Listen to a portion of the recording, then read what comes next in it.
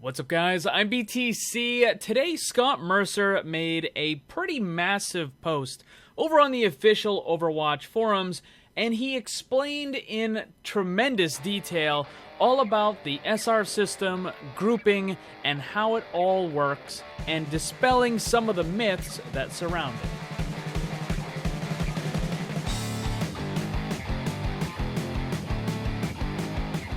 I wasn't kidding about the size of the post. It's absolutely gigantic. It's probably like 8 to 10 pages long, and he just talks about a ton of different stuff. So I'm going to try to condense it all into a short version that's just easy to understand. If you do want to check out the entire post, I'll put a link down below. So Scott Mercer is one of the lead developers for Overwatch, and the point of this post was talking about some of the grouping and the SR gains and losses that occur. And he's dispelling some of the myths, like the big one being that if you're in a group, whether it's like 3 or 4 or 5 people or something like that, that you get less SR for those wins because you're in a group. And he flatly says that is not true at all. The first and maybe most common misconception I want to correct is the belief that the competitive play system decreases your SR gains and increases your SR losses when playing in a group.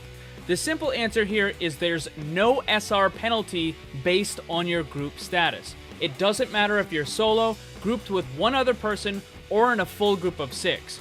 If you are a 2800 SR player grouped with 5 other 2800 SR players, the SR change after a win or a loss is the exact same as if you had played the game solo with 5 other solo 2800 SR players. We also do not artificially inflate the SR of players in a group when finding matches. There is simply no penalty at all for the purposes of calculating SR and matchmaking. He then goes on to explain how the matchmaker determines how much you'll gain or lose. A lot of it has to do with the averages of your team versus the enemy team, and what the percentage chance of each team winning is. So if your team has a more than 50% chance to win the match, then you're going to get less for a win and lose more for a loss. And for the reverse, if the matchmaker believes that you have less than a 50% chance of winning, then you gain more for a win and you lose less for a loss. Also, it has to do with how much you've been playing. If you've gotten a brand new account, then it's going to try to adjust you a little bit faster up and down. And also, if you are a platinum player or below, then you can get a bonus depending on how well you actually did. So if you play really well, then you can get a couple of extra points for that win. However, if you play really badly, you'll lose extra points for that loss. Diamond and above, however, your personal performance has absolutely no impact on how much SR you gain or lose. He also explained how the matchmaker puts together the different group sizes and how it puts in the solo queue players alongside it. So if you're on a team full of nothing but solo queue players, then 73% of those matches were against another team full of nothing but solo queue players. However, if you're on a team full of solo queue, then there was a 24% chance that the enemy team would have all solo queue except for one group of 2. So it would be 2, 1, 1, 1, 1 on the enemy team. And then only 3% of all those matches where your team is only solo queue would you be against a group of 3, 4, 5, or 6.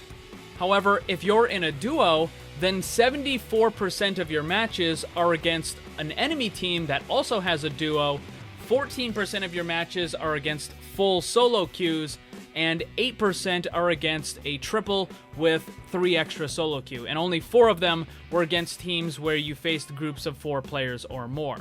If you're in a full 6-player group, then 92% of your matches are against the combination of other 6-player groups, 5 and 1, 4 and 2, 3 and 3, and then 2, 2, 2. Essentially, what it boils down to is whatever size group you have is what the matchmaker is almost certainly going to put you up against. Unless you have a larger size group, in which case it might put you up against smaller combinations. And it's exceedingly rare for a large group of players to go against solo queues, and usually that only happens in the very late off-peak hours. As far as the win percentage of all of these different combinations of groups, they're all pretty much within 1% of 50%, so they might be a little bit up or a little bit down. There's only one group that seemed to have an actual advantage over all the rest, and that was playing in a 6-stack. So they actually have a 52.88% chance of winning, whereas all the other ones were pretty much right dead on that 50% mark. So that's pretty much the short version of everything that he said. There is still a ton more. Again, you can go and check out the full post if you want to read the entire thing. Also, guys, I put out a video earlier today called Learn More, Play Better. I think it's an important video that if you haven't checked it out yet, you really should. So the link for that will also be down below. So let me ask you guys, do you normally solo queue or do you try to group up? And if so, what is the size of the group? Let me know down below.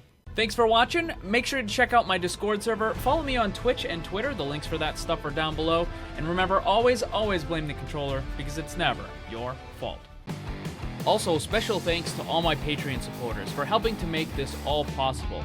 If you'd like to see what kind of cool rewards you can get for supporting the channel, check the links on screen and down below.